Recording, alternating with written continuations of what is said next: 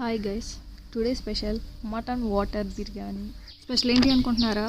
అసలే మా TDP గెలిచిందండి majority ఓట్లతో, అందుకే స్పెషల్ ఈ మటన్ వాటర్ బిర్యానీ. ఏంటి పేరు అనుకుంటున్నారా? కాదులండి, అది మటన్ బిర్యానీ. పిచ్చెక్కేస్తా బాబీ అన్న ఛానల్ చూసి పిచ్చెక్కిపోయేలా ఉంటుందేమో అని చేసా.